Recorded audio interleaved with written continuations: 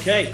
Good morning, guys. Good morning. As Teresa had mentioned, if you just popped on, the Friday before Memorial Day, and of course it's snowing in Sun Valley, and I'm sure we'll get something like that tomorrow here in beautiful Bozeman. For those who do not know me, my name is Jeff Renevier, the managing director of the Bozeman office, and I'm going to read you a poem, so just bear with me.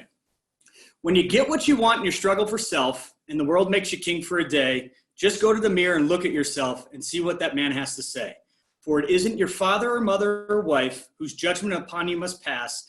The fellow whose verdict counts most in your life is the one staring back from the glass. He's the fellow to please, never mind all the rest, for he's with you clear to the end, and you've passed your most difficult, dangerous test if the man in the glass is your friend.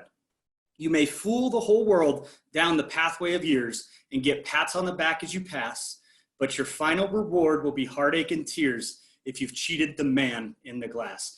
Our head football coach, Troy Purcell, would recite this poem before every game, a reminder that win or lose, you had the opportunity to give everything you had to leave it out on the field. Not many people know that I coached high school football for 8 years, and if any of you know me, you could argue I have a bit of passion, a little bit of energy, and an absolute love affair for the game of football. And our coach, Troy, would recite that poem from memory every game day. It's giving me goosebumps right now just thinking about it. Takes me back to a certain place. So when I coached, I wanted nothing but the best for our kids. I wanted them to be perfect, not on game day, but during the week, during the off season, in the weight room, in the classroom. So when game day came, it was just another day. Getting into coaching for me had nothing to do of giving back the football knowledge that I had, but it was to make a positive impact in their life, just like the foundation that this company was created. So some of you on this call might be able to relate to this, a sports-minded individual, a competitive person by nature, a coaching going all coach speak on you, as my dear friend Kane Ione would say, using cliche after cliche after cliche. It takes me back to places I will never forget, but I still find myself wanting to change one thing that happened over my career. When I was a junior in college, I played football at the University of Montana, about 190 miles down the road. For us folks living in Bozeman, that's kind of a no-no because it's the big rival with the Montana State Bobcats. We'd just come off winning a national championship. Yes, a national championship, not Alabama or LSU or anything along those lines. Excuse me one second. But it's something that's really cool. It's a small fraternity that I've been a part of. In fact, the University of Montana has only won 2 national championships. So to be a part of that is really, really cool. So we're heading into the off season, like the off season of all off seasons. I put on about 20 pounds in a good way. I was faster than I'd ever been. I was scheduled to be a starter, which was my entire plan from the get-go. Finally, my dream, right? So had a great spring practice, was really coming into my own as a college football player.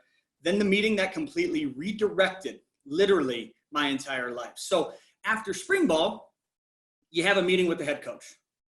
And for those of us who were on scholarship, we're expecting to hear a few things. Be safe, go sign your scholarship check, go home, visit for a few weeks, then get your butt back here for, what would we call them?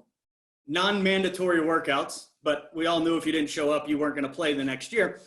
And so the same conversation I'd had for the previous 2 years, and this one was a little different. This one knocked me flat on my butt, if you will. So in short, my coach looks me dead in the eye and he says, I'll never forget it. This is like it happened 10 minutes ago. And he was the one person in Missoula that called me Rennie, short for Renevier, right? He goes, Rennie, we love what you did this offseason. You improved, you got stronger, you have a great grasp of the offense, and you're set to start next year. But, yeah, I got a but. He goes, we're not sure where your focus is at. Let that sink in for a second. Ever since I was about 6 years old, all I wanted to do was play college football, and I got the but, okay? I got the but. So, you see, I showed up differently every day. I goofed off at practice. I joked with my coaches. I did the bare minimum every day, except for one day. And that was game day. Game day, I showed up. There was no better football player on the field when I had a chance, because that was my mindset, but it wasn't every day. So to my coaches and my team, it wasn't enough. It was absolutely not enough. So the next few minutes of that conversation, guys, I'm not going to lie, I was pissed. I was emotional. I was holding back tears. I was so offended and so mad. I told them, and I quote, "Keep your money, I'm done." And I walked out. I walked away from football. So to this day, it still haunts me. Not because I missed my chance to fulfill a childhood dream, not because I let my brothers down, not because I didn't have a chance to win another national championship. It's because I let myself down. For many years, guys, I kid you not, for many years, I tried to blame everyone in the room except for myself. I tried to blame my head coach. I tried to blame my offensive coordinator. I tried to blame everyone but myself. And until the first time I heard Coach Purcell read that poem. At that moment, 7 years later, about 7.5, if I do my math right, it hit me. It was all my fault. It was what fueled me to make those kids I coached for 8 years better men, not better football players, better men. I never wanted them to experience what happened to me. I let something that I was actually in complete control over get the best of me. And I hated that feeling. So how does this apply today? It's simple. You have every chance in the world to do what you want, to do as little as you want. Blame the market, blame COVID for your lack of production, your market for your current workload. Or you can look yourself in the mirror and ask, did I cheat myself today?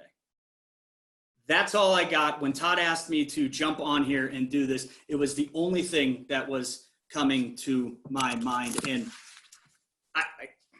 you guys have a wonderful opportunity to right a wrong. You have a chance every day to make a difference. And sometimes you gotta be fueled by fire, fear, anger, whatever the case may be. Just don't cheat the man in the mirror.